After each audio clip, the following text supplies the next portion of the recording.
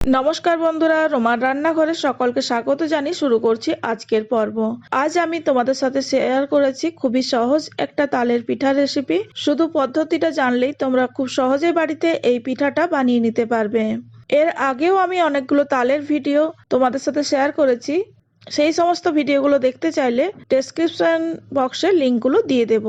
দক্ষিণবঙ্গের বিখ্যাত এই পিঠাটা খুবই হেলদি আর খেতেও খুব সুস্বাদু। পাকা তাল থেকে তালের পাল্প বা মাড়িটা বের করে নিয়ে খুব সহজেই কিভাবে তালের এই পাতা সিদ্ধ পিঠাটা বানানো যায় তার পদ্ধতিটাই আজকে আমি তোমাদের সাথে শেয়ার করেছি। চলো দেখে নেওয়া যাক আজকের ভিডিওটা। তালের পাতা সিদ্ধ পিঠা বানানোর জন্য আমি এখানে একটা গোটা পাকা তাল নিয়ে নিয়েছি। পাকা তালটাকে ঠিক এইভাবে আঁচড়ে নেব, তাহলেই তালটা ফেটে যাবে।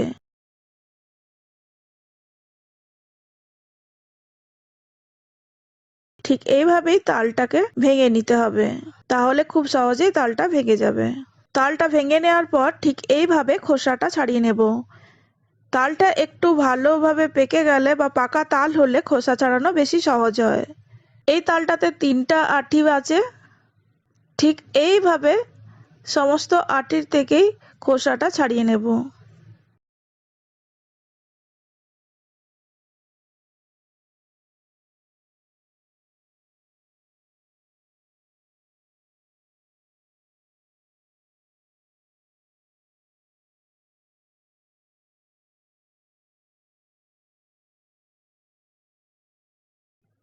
দেখো, খুব সহজেই তাল থেকে সমস্ত খোসাগুলো ছাড়িয়ে নিয়েছি। এই খোসা থেকে একটু বের করে নিলাম। তালটা কতটা মিষ্টি বা তেতো এরকম একটা ছোট্ট নাড়ু পাকিয়ে টেস্ট করে নেব। তালটা বেশ ভালোই মিষ্টি আছে। এবার তালের মধ্যে দিয়ে দিলাম 1 চামচ লবণ আর কিছুটা পরিমাণ জল। তবে জলটা খুব বেশি দেব না। লবণ আর জলটাকে তালের আটির গায়ে ভালোভাবে মাখিয়ে নেব। এতে করে পাল্পটা অনেকটাই নরম হয়ে যাবে আর পাল্পটা বের করাতে সুবিধা হবে। দেখো, ঘষে ঘষে ভালোভাবে মাখিয়ে নেব।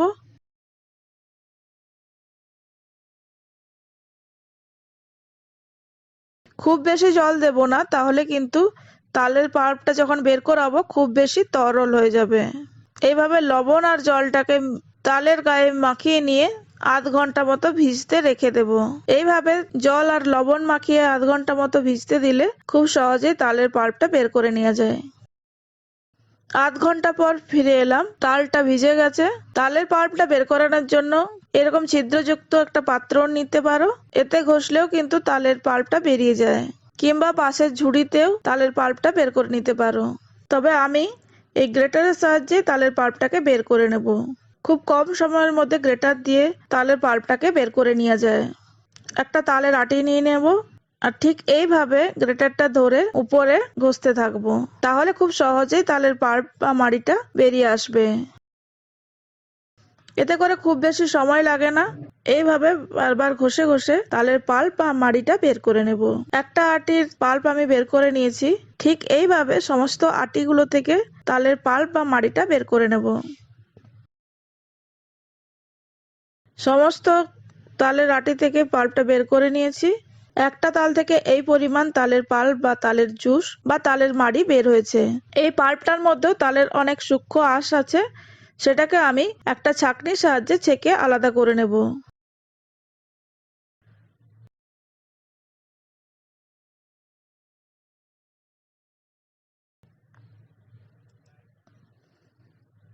সমস্ত পাল্পটা একটা বড় ছাঁকনিতে নিয়ে নিয়েছি। ঠিক এইভাবে তালের পাল্প থেকে তালের আঁশ বা সুতোর মতো ছিটাগুলোকে আলাদা করে নেব।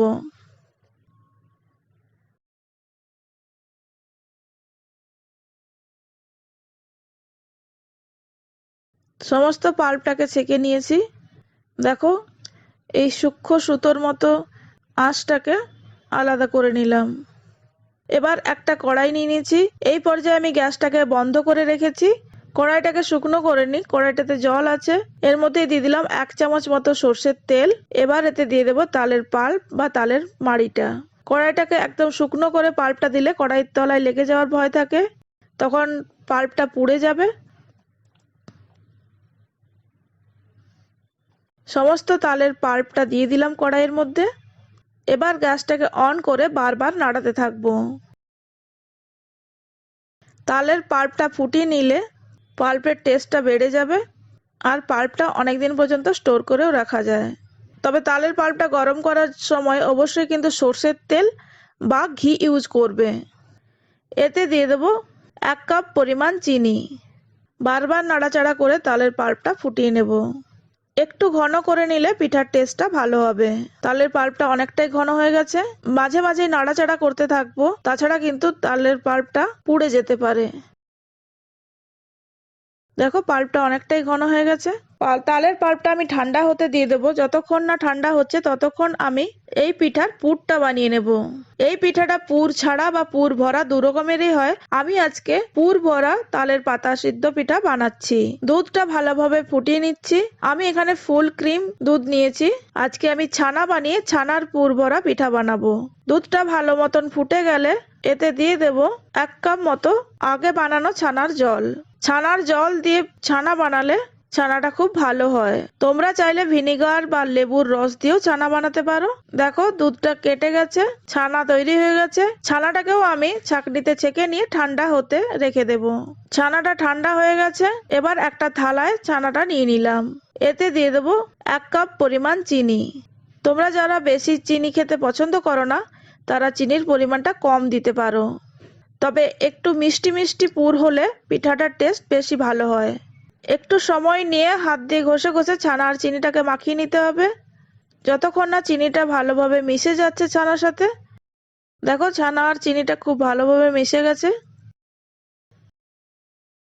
খুব সহজেই নাড়ুর মতো গোল গোল পাকানো যাচ্ছে।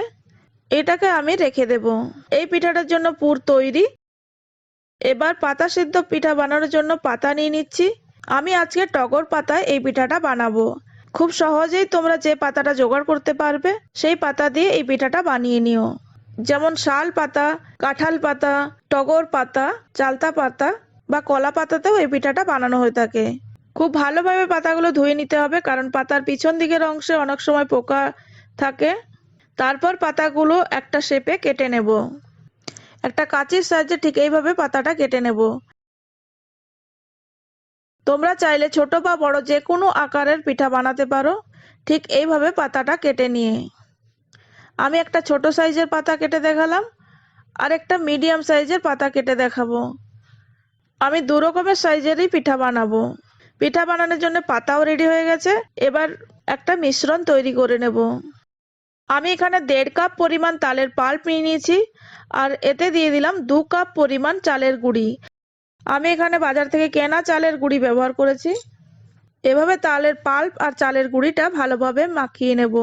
তালের পাল্প বের করানোর সময় আমি এতে লবণ দিয়েছিলাম, তাই পিঠা বানানোর সময় আলাদা করে আর লবণ দেব না। প্রথমে শক্ত করে মাখিয়ে নিতে হবে, তারপর প্রয়োজন মতো অল্প পরিমাণে জল দিলাম। ঠিক যেভাবে আমি মিশ্রণটা বানিয়েছি ঠিক এরকমই বানাতে হবে। খুব বেশি জল দিয়ে পাতলা করব না।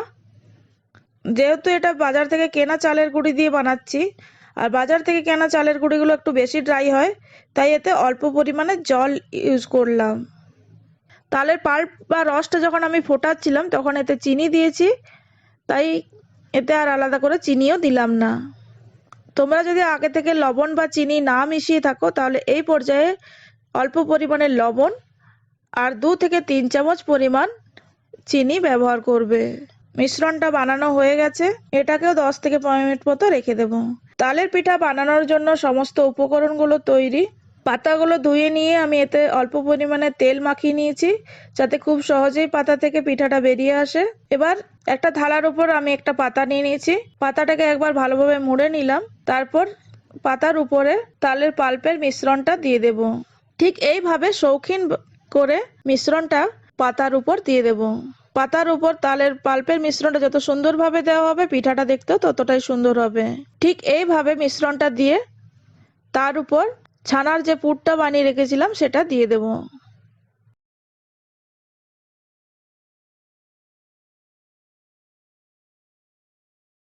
ঠিক এইভাবে মাঝখানে দিয়ে দেবো যাতে পুরটা বাইরে বেরিয়ে না যায়। তবে একটু বেশি পরিমাণে পুর দিলে পিঠার টেস্টটা বেশি ভালো লাগে। মাঝখান থেকে চেপে চেপে পুরটাকে বসিয়ে দিলাম।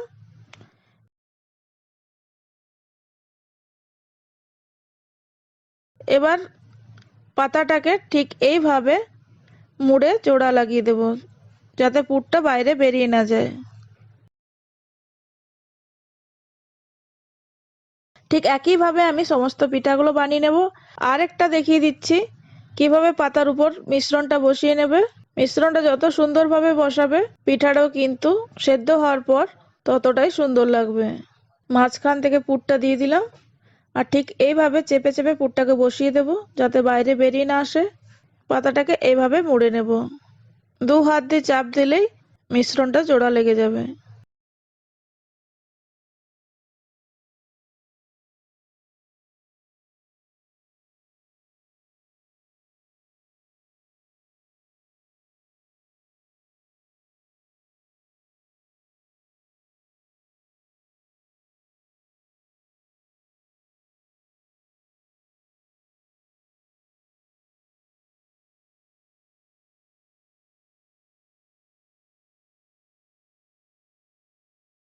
একইভাবে আমি সমস্ত পিঠাগুলো বানিয়ে নিয়েছি।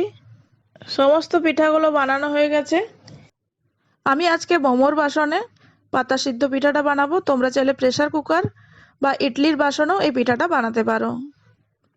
গ্যাসটাকে ফুল ফ্লেমে রেখে জলটাকে ফুটতে দিয়েছি 10 মিনিট মতো। জলটা একটু বেশি পরিমাণেই দিতে হবে, কারণ পিঠাটা সেদ্ধ হতে 40 থেকে 50 মিনিট সময় লাগবে। জলটা ভালোভাবে ফুটে যাওয়ার পর উপরের পাত্রে আমি পিঠাগুলোকে বসিয়ে দেব। পিঠাগুলোকে এমনভাবে সেট করব যাতে মাঝখান থেকে ভাপটা বেরিয়ে আসতে সুবিধা হয়, আর সমস্ত পিঠার গায়ে ভাপটা ভালোভাবে লাগে। এইভাবে ছাড়া ছাড়া ভাবে সমস্ত পিঠাগুলোকে বসিয়ে নিলাম। দেখো ভাপটা উপর পর্যন্ত বেরিয়ে আসছে। একবারে আমি সমস্ত পিঠাগুলো সিদ্ধ করব না, 2 থেকে 3 বারে প্রয়োজন মতো পিঠা দিয়ে পিঠাগুলো সিদ্ধ করে নেব। এবার ঢাকা দিয়ে 40 থেকে 50 মিনিট মতো রেখে দেব। মাঝখান থেকে এক থেকে দুবার আমি জলটাকে দেখব জলটা ফুটে মরে গেছে কিনা। যদি জলটা কম হয়ে যায় বা শুকনো হয়ে যায়, তাহলে আবারও আমি মোমোর পাত্রের নিচের অংশে জল দিয়ে দেব। 40 থেকে 50 মিনিট মতো মিডিয়াম আঁচে রেখে আমি পাতাগুলো সেদ্ধ করে নিয়েছি। দেখো পাতার কালারটা চেঞ্জ হয়ে গেছে, পাতাগুলো সেদ্ধ হয়ে গেছে। এইভাবে আমি ঢাকা দিয়ে রেখে দেব যতক্ষণ না এটা ঠান্ডা হচ্ছে। এখনো দেখো নিচের অংশে জল আছে। দেখো অনেকটাই ঠান্ডা হয়ে এসছে। একটা থালায় আমি সমস্ত পিঠাগুলো বের করে নেব। ঠান্ডা হলে তবেই খেতে হবে, তাছাড়া তাল কিন্তু গরম অবস্থায় অনেক সময় তেতো লাগে। পিঠাটা ঠান্ডা হয়ে এসছে। এবার একটা প্লেটে পাতাগুলো ছাড়িয়ে নেব। ঠান্ডা হলে ঘি দিয়ে এই পিঠেগুলো পরিবেশন করব। ঘি দিয়ে খেতে তালের পাতা সিদ্ধ পিঠা আমার খুবই টেস্টি লাগে। আমার বানানো তালের এই পাতা সিদ্ধ পিঠাটা কেমন লাগলো অবশ্যই কিন্তু কমেন্ট করে জানিও। আমার আজকের ভিডিওটা ভালো লাগলে সবার সাথে শেয়ার করো, আর আমার চ্যানেলটা সাবস্ক্রাইব করে রাখো। আমি যখনই কোনো নতুন ভিডিও দেব সবার আগে তোমাদের কাছে পৌঁছে যাবে। আজকের মতো আসি, ভালো থাকো, সুস্থ থাকো।